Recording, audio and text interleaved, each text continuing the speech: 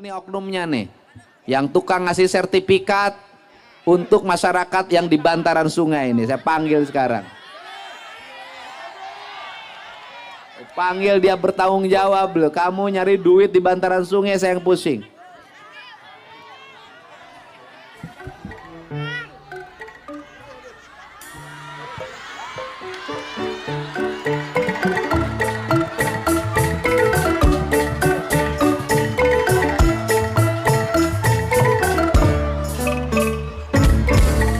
Ya Pak.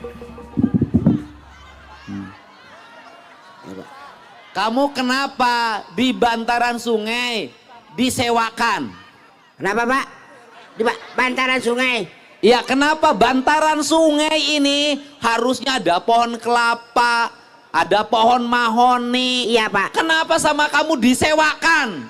Justru saya ini disewakan karena kelapanya udah ada, tinggal didagangkan. Jadi dibikinlah di situ warung kelapa pemuda. Warung kelapa pemuda. Warung kelapa pemuda.